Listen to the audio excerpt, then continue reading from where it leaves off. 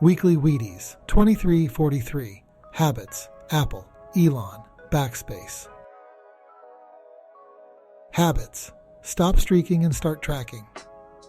In his book Atomic Habits, James Clear has just about single-handedly rejuvenated the habit tracker space.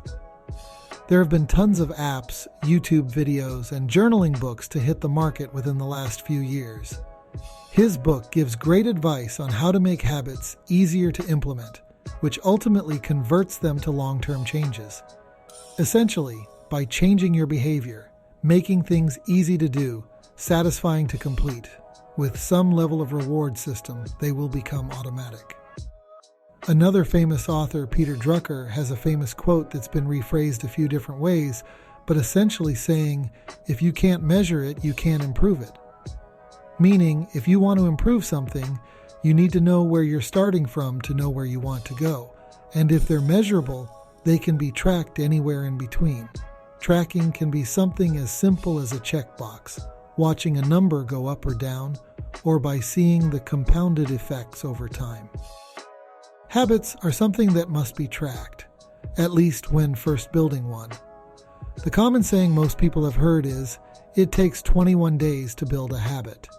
However, this is incorrect.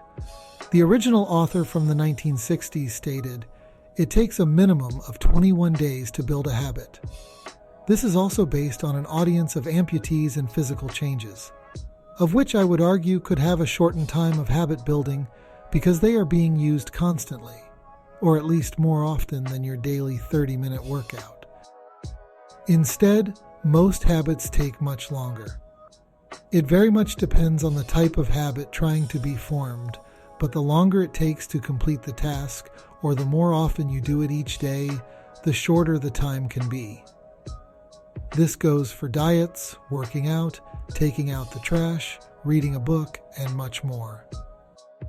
One thing I've seen a lot that causes people to stop their habits is missing a day. Society, apps, schooling, and much more have ingrained us with the euphoria of hitting streaks. There's even an underground society for hacking your Apple Watch rings. Let's face it, we all have sick days, travel, sleep in, weather issues, and many other things that come up and ruin our plans. Not to mention, many people use the excuse of a cheat day to eat whatever they want in the midst of a diet.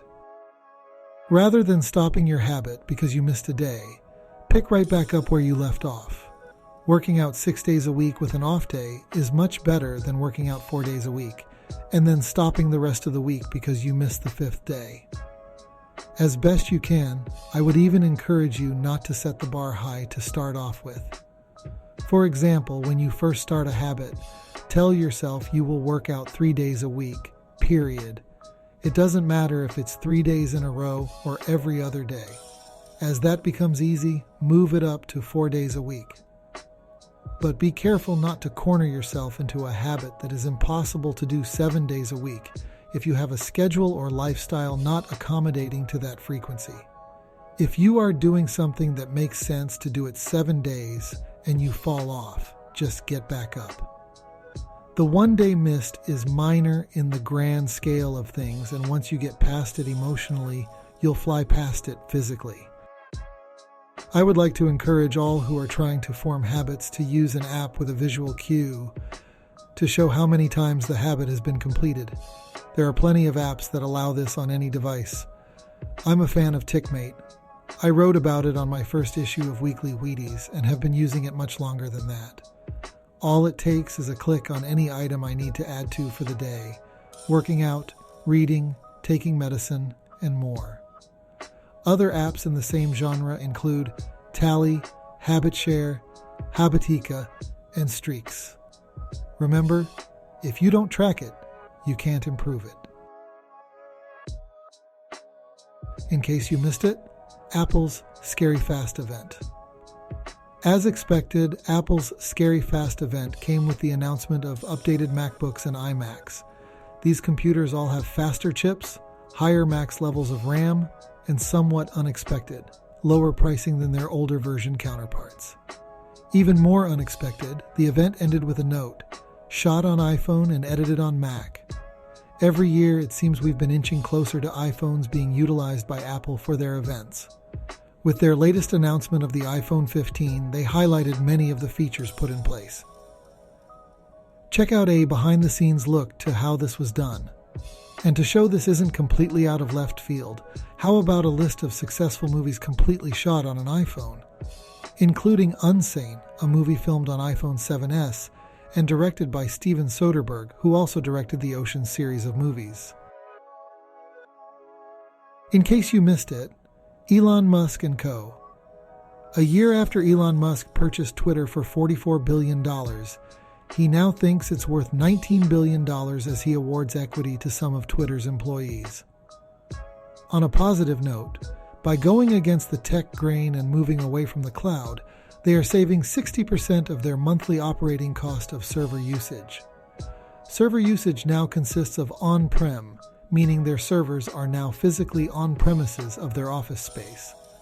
There are pros and cons to this, of which I'm sure the $60 million a year helped weigh those odds.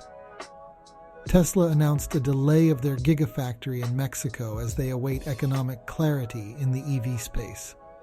This comes as Ford and GM announce postponement of production in their EV lines, and the United Auto Workers strike comes to an end. With Twitter and Tesla having potentially stock price issues, at least in the short term, SpaceX's Starlink announced they have now achieved break-even cash flow. This is a positive milestone that comes about 2 years earlier than expected. Lastly, Tesla's set of robots have shown a bit of growth over the last few months. The Optimus robot can now sort objects after calibration, while having enough flexibility to do yoga.